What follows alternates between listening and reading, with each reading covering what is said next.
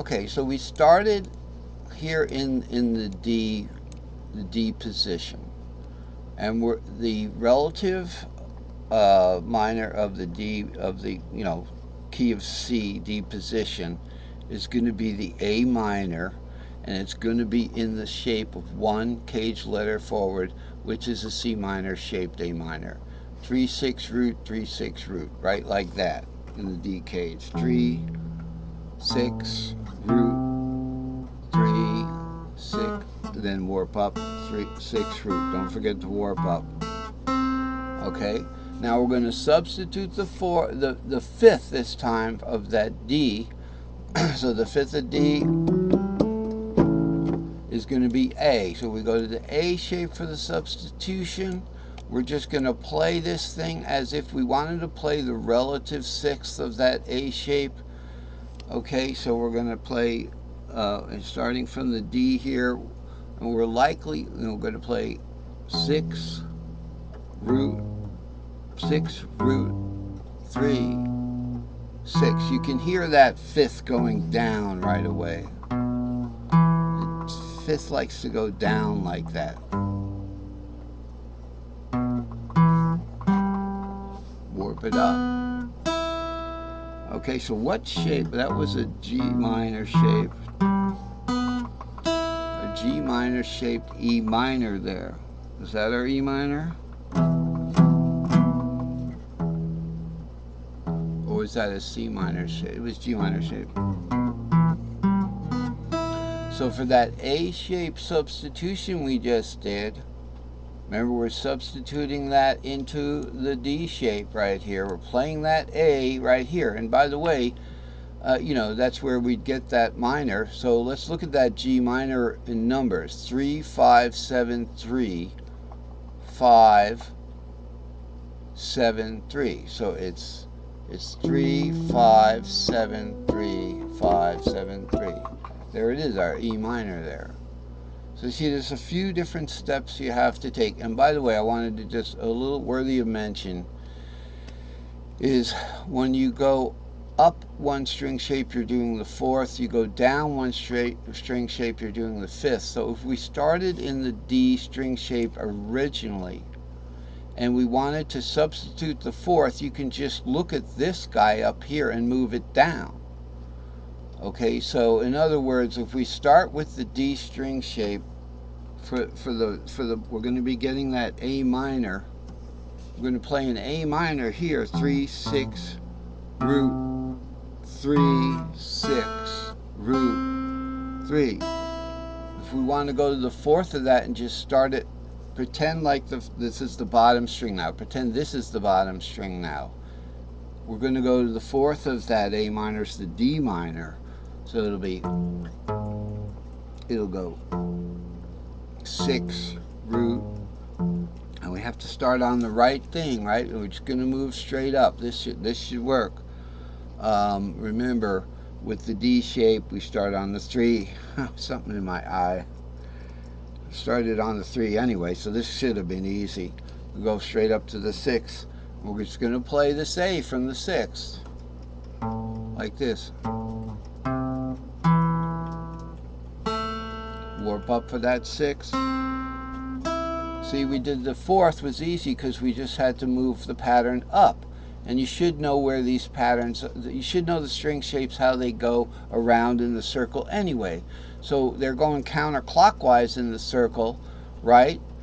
So in counterclockwise, it goes like when you're going up, it goes in fifths. You see. How's that work now? D. Yeah, that would be the fifth. Okay, so that was kind of the. But if we start on that, we're going to the fourth. That should make sense. All right, my bad there. When we're starting in the D box, the fifth of D is the A shape.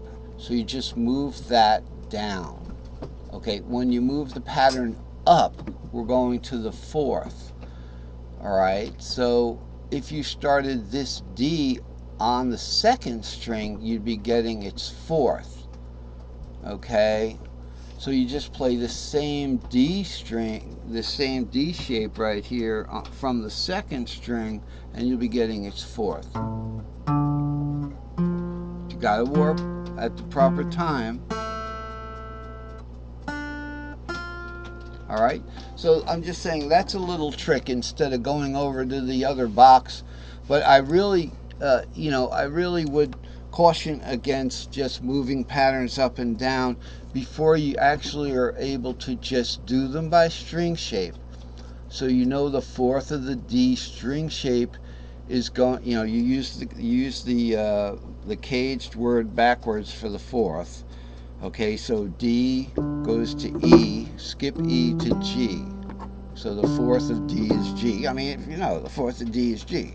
The only thing you got to remember is the string shape fourth of C is E, and the string shape the string shape fifth of E is C again. So I would caution about moving the patterns up and down, but it can be done that way. And I would suggest in its place before that you learn the individual string shapes and just how they go around the circle. So you've got 2, 3, 4, 5, 6, 6, 7 root, 7 root 2, 2, 3, 4, 3, 4, 5. Did I say 2, 3, 4 here? Sorry, this is 3, 4, 5. Here's 2, 3, 4. Going in fourth is like, 2, 3, 4, 7 root 2. Just learn them as, deliberately look at them as individuals. So E is always going to be 7 root 2 over here. G is 6, 7 root. Right, there's G, 6, 7 root. A is always going to be 5, 6. Except in the long patterns, that they're a special case, and long patterns are helpful. They're very helpful. So that's pretty much it for today's lesson. Oh yeah, the half diminished substitution. I'm going to cover this quickly. When we do a half diminished substitution, all right, we're always going to substitute the fourth, so we don't even have to worry about the fifth and half diminished. It's always going to be a fourth substitution, a modified minor fourth substitution. So if we're in the key of C and we're in the C box here, and it's important to remember we're in the C box. It is the key of C, but we're in the C cage here. E minor, F, G, A minor. How do I play the half diminished? I don't know. 2, 2, 7, 4, something like that. You can do a substitution where we substitute the fourth in. Okay, so we're already on the this is already the minor. Actually, this isn't the minor one. We'd have to look at the minor. So we're over here in the C box here. We're going to substitute the fourth. So the fourth of C is going to be E. It's going to be 7 root 2. We're going to substitute that minor, but instead of going to the 3, we're going to go to the C. That's what we're going to do. So here's our C. Then we're going to substitute that root in on that fourth, and we're going to go root, and then we're going to go to the C. So it's root C. Okay, like that. Root C, and then 6, and then root. Now we're going to the C instead of the 3. We're going to the C. So at that point we're going to have to expand the cage a little bit out. Lydian fourth to the 6 again, but it's warped up to the root. Root is the fourth now, so it's always going to be the fourth substitution. Hey, we're out of time. Check the link below to put together the URL for the Facebook group page, and I'll see you there. It's everyone can see the charts and the full-length videos, and it's been a great lesson. We'll be covering this topic again in future lessons, and until then, it's string shapes, and just learn them and you'll do great.